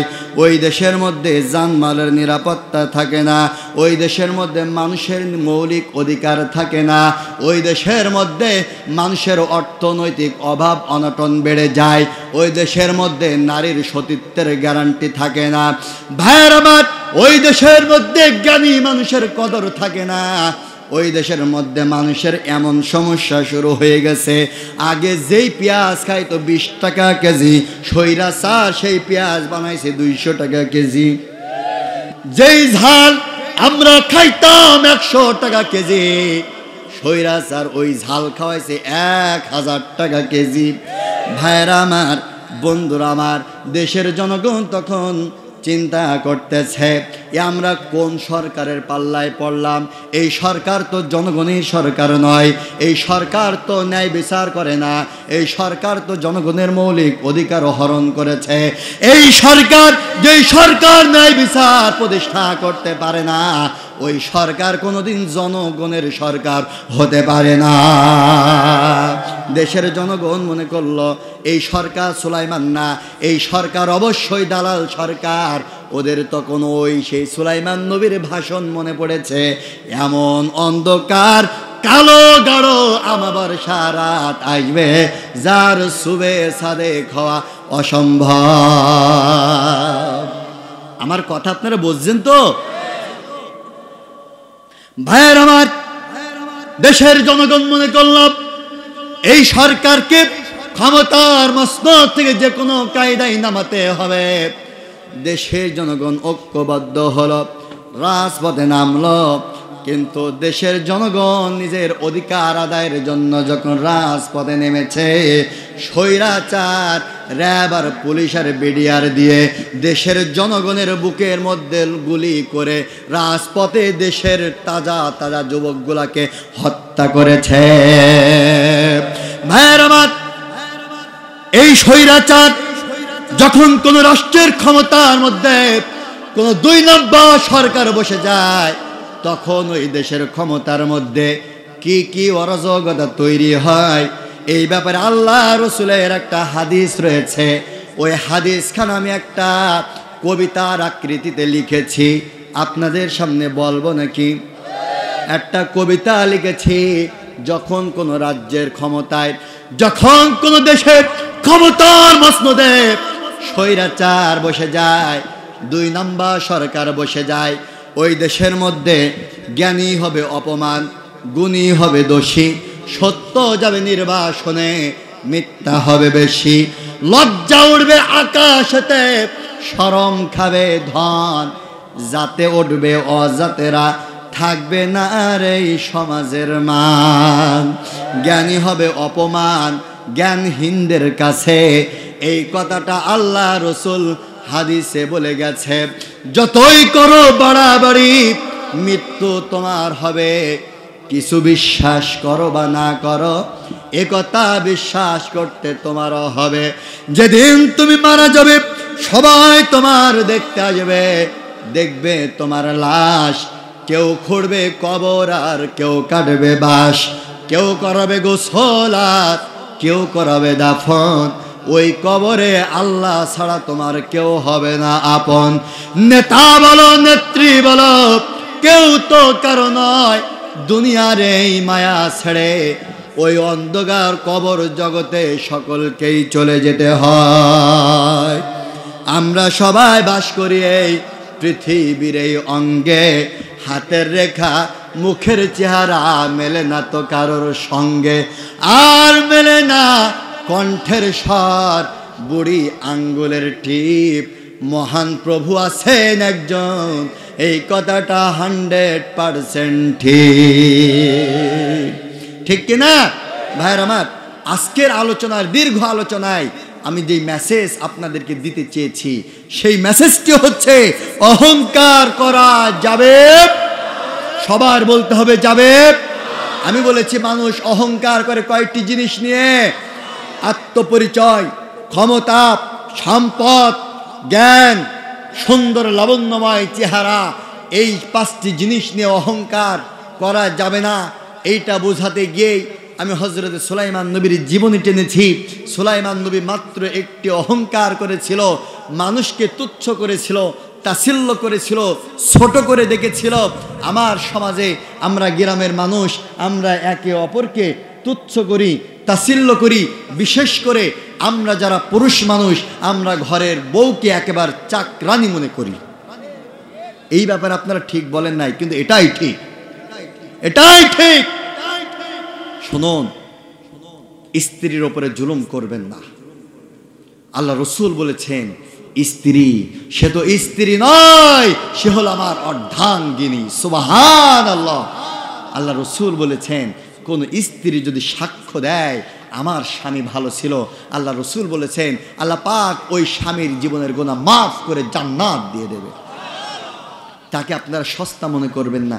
অনেক পরিবার এমন আছে, মায়ের কথা শুনে, ননদের কথা শুনে, বোনের কথা শুনে অনেক যুবক মা বোনের উপরে জুলুম করেন। তারা নিরীহ, তারা তার বাবা মা ভাই বোন গ্রাম তার শহর ছেড়ে আপনার ঘরে আপনার হাত ধরে এসেছে। তার মানে এই নয় যে তার বাবা তার দুমুঠো ভাত দিতে পারতো না, এটা কিন্তু এই নয়। আপনার ভালোবেসে যেমন আপনার হাত ধরে আপনার ঘরে সে যেমন এসেছে, আপনার উচিত আপনার বাবা মা ভাই বোন সকলের অগোচরে তাকেও ওইভাবে সম্মানের সাথে রাখা, এটা আপনার উচিত। কাজেই আপনারা কখনো স্ত্রীদের উপরে জুলুম করবেন না, তাদের সাথে খারাপ আচরণ করবেন না। ভাইয়ের আমার, কথাটা দুঃখের সাথে বলি, কারণ আমার দেশের শতকরা 80% ঘরের বউরা আজকে নির্যাতিত, তার শাশুড়ির দ্বারা, ননদের দ্বারা। আবার আমার দেশের 80% ঘরে আমার মায়েরা নির্যাতিত তার ঘরের বৌমা দ্বারা। কথা বলেন? কাজেই আমি আপনাদের কাছে অনুরোধ জানাবো, এই সমাধান শুধুমাত্র করতে পারবেন আপনি।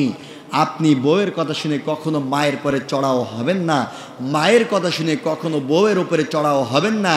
এই বউ আর শাশুড়ি আর বউ, এই যুদ্ধ কিন্তু শুধু আপনার ঘরে না, এ সবার ঘরে, হুজুরির ঘরেও টুকটাক আছে। আল্লাহে আমি আপনাদের বোঝানোর জন্য বলছি, আমরা গ্রামের মানুষ, এই সমস্যাটা আমাদের প্রত্যেকের ঘরে আছে। কিন্তু আপনাদের উচিত বউয়ের কথা শুনে মায়ের উপরে চড়াও হবেন না, মায়ের কথা শুনে বউয়ের উপরে চড়াও হবেন না, বরং দুজনকেই বোঝানোর চেষ্টা করুন। কোরআন দিয়ে, হাদিস দিয়ে বোঝানোর চেষ্টা করবেন। আমার নানি শাশুড়ি, তিনি ঢাকায় থাকেন। আমার আপন নানি শাশুড়ির আপন বোন, অর্থাৎ দুঃসম্পর্কে কি শাশুড়ি বলে, স্বাস্থ্য নানি শাশুড়ি, তার একটা চমৎকার কথা। আমার সেই নানা শ্বশুর ইসলামী ব্যাংকের ম্যানেজার, ঢাকা বনশ্রীতে থাকে। আমার এই নানি শাশুড়ির মুখ থেকে মহামূল্যবান একটা কথা আমি শুনেছিলাম। তিনি শাশুড়ি হিসাবে আমাকে বলেছিল, আমি এমন শাশুড়ি হতে চাই কিয়ামতের ময়দানে আমার বিটার বউয়ের ব্যাপারে আমার জন্য আল্লাহ পাকের কাছে কোনো প্রশ্নের সম্মুখীন হতে না হয়। কত দামি কথা, কত দামি কথা যে আমি এমন শাশুড়ি হতে চাই কিয়ামতের ময়দানে আল্লাহ পাকের সামনে আমার বিটার বউয়ের ব্যাপারে যেন আমার কোনো প্রশ্নের সম্মুখীন হতে না হয়। সেই একই কথা আমার মাদের ব্যাপারে বলবো। আপনিও আজকে শপথ নিন, আপনিও প্রতিজ্ঞা করুন যে আমি এমন বিটার বউ হতে চাই কিয়ামতের ময়দানে আল্লাহ পাকের সামনে যেন আমার শাশুড়ির ব্যাপারে কোনো জবাবদিহিতা আমার করতে না হয়। এই মহামূল্যবান মাদের ব্যাপারে ওসিয়াত করলাম। এই ওসিয়াতের মাধ্যমেই আপনাদের কাছে ক্ষমা প্রার্থী, আমাকে আপনারা দোয়া করবেন, ক্ষমার দৃষ্টিতে দেখবেন। এই বলে আমি আমার আলোচনা শেষ করছি। আখির দাওয়ানা আলহামদুলিল্লাহি রাব্বিল আলামিন।